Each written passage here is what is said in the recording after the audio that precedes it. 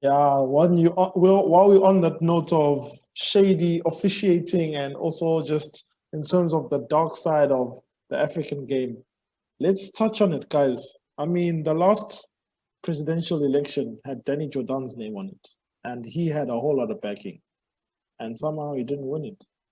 How? Why? Because the last guy in this job, why are we having an election in the first place? Why is there an election right now? Because the last guy in the job got banned by FIFA for what? For financial mismanagement, ethical violations. And there has been rumors and stories about the things that happen in CAF presidential elections. So what you guys got to say about that? Because with me, I'm a little bit skeptical. I'm not even sure Patrice Motsepe is going to win this thing fair and square. There's always seems to be some underhanded things that people are talking about surrounding CAF elections and the shady underhand dealings that happen with these things. Because Danny Jordan said it out in the open. They wanted him to pay a bribe and he said no. And then he didn't win. What does that mean about the guy who did win? You guys want to say anything about that?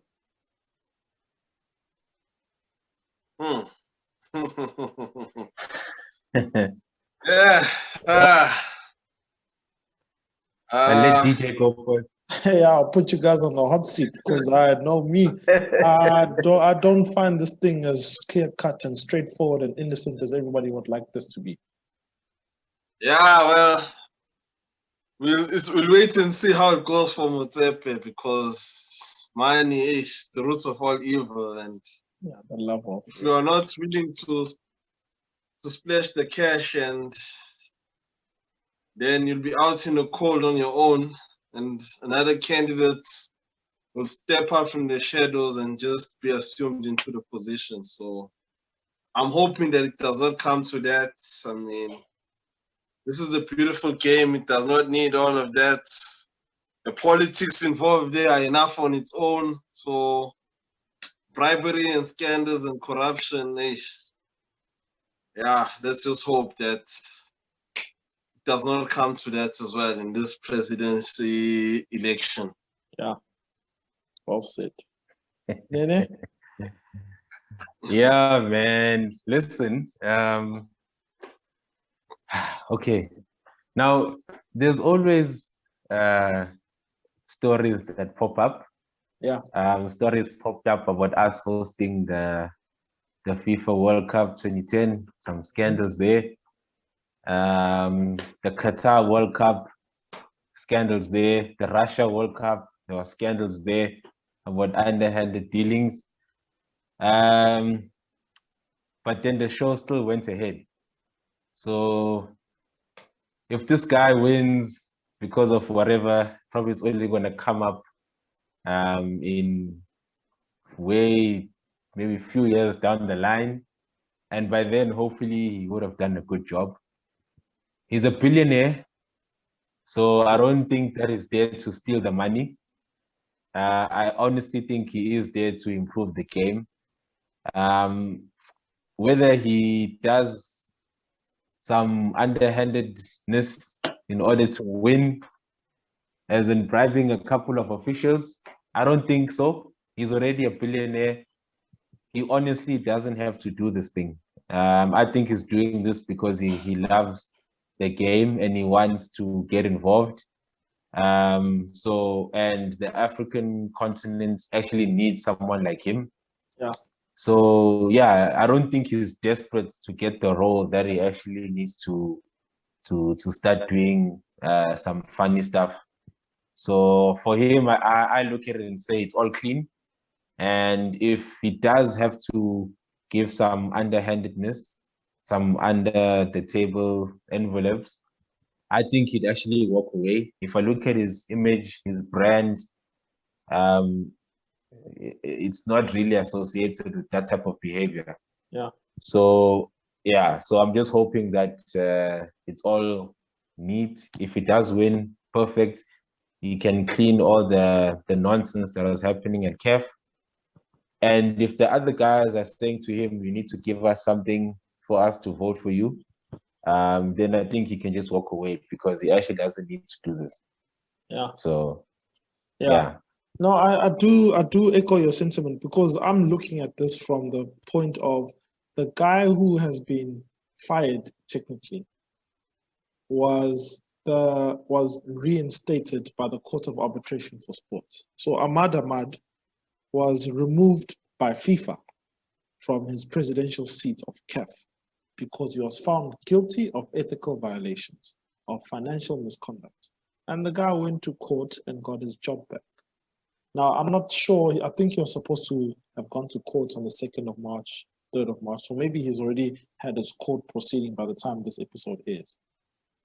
But if that guy has been found to have ethical violations, he's in the seat of power, meaning his fingers run deep. And he still wants to keep his job. And right now, at this moment, the Court of Arbitration for Sport has said he may run. I think FIFA has final say of whether he's going to be in or not. But if that guy who has been found to have ethical violations surrounding money is still in the presidential race, then Patrice Motsepe has problems. Patrice Motsepe has problems in what he hopes to achieve. Because I agree with you. He doesn't need to grease the wheels to get a position. He's a billionaire. He doesn't need to be greasing the wheels. He doesn't need to involve himself in all of this. He genuinely, I believe the rhetoric that he's dishing out because he's been the president of Sundowns and he has put his money into the team to make sure that the team wins. And then he put his money into the team, making sure that they go into Africa and do the nation proud. And then they came back with the star. And then they are still winning up till now. And he's even said if he wins the presidential seat, he's going to step down as president of Sundowns because you cannot be a president of a team and be involved in CAF as an executive. So he's already said that if I win, I will step down as president of Sundowns and hand over my position. So I'm only saying that there has been a history of financial misconduct in presidential elections.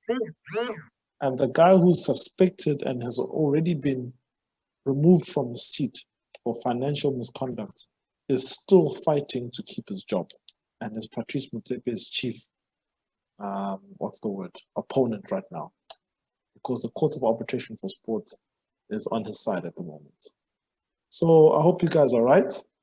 Any final parting words on your side for what's going to happen with the election on 12th of March? Interesting times ahead. Yeah. I mean, you have Patrice Motsepe who is looking to reform African football in the whole continent. And you have his predecessor who was removed and reinstated. And I'm sure that he does not want to relinquish that seat as well. Yeah. And he'll have a point to prove. So, yeah, interesting times ahead. May the best candidates win.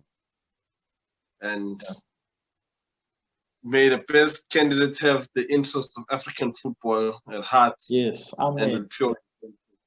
Thank you, boy. Nene? Yeah, that's all from my side. Yeah. Nene, your parting words? I hope that the guy wins. Sometimes you always want someone who does something because they love it and not does something because they're desperate or they have to do it. So for me, the other guy, if he comes in, I'm not exactly sure what difference he's going to bring to the table because right now, in African football, we need basically drastic change. And the other guy stepping in is just going to steer the ship from where he left it before he was fired. I don't foresee him having the ability to change or even the ideas to change. And if we know Patrice Motsepe, he doesn't get involved in something unless, it becomes something big. So for the sake of African football and us improving our own product and competing with the Champions League, because I think the aim of all this is for an African team to win the Club World Cup at some point. So for the sake of change and us being a force to reckon with, then I think, yeah, he will win. But if we want to continue with this nonsense that's going on, then the guys will probably vote for the other guy. But I strongly believe, from what I've heard, from what I've heard from the guy himself when he's talking, he actually has a genuine plan for African football, and we can actually be proud of that. So yeah, my parting words, I hope he wins, because it's going to be really, really interesting to see the changes that he's going to bring. I mean, that guy is brilliant. I mean, he just launched a bank not so long ago, a digital bank, South Africa's first digital bank, and it's growing like crazy. So in insurance, investments, you can name it. So he'll make sure that the financial side of the competition is well run and there's no issues there. So yeah, for the sake of continuity, us in competing against European teams, and also ensuring that our African teams are strong enough to compete in the World Cup, then this guy has to win the elections. Yeah. Well said, gentlemen. Well said. Thank you guys for your time. Well, football fans, that has been our PSL entrance into the world, and I'm sure international fans, international viewers, you've loved the introduction. We're going to bring you more PSL content in the weeks to come. Don't worry, we'll still continue to bring you more Premier League action and football around the world, but we decided that this time we needed to boost our own local content. So Patrice Motsepe from the Xstream team, we really hope you win this election and you put African football on the map on the global stage. So football fans, see you soon on the next installment of Football Xstream.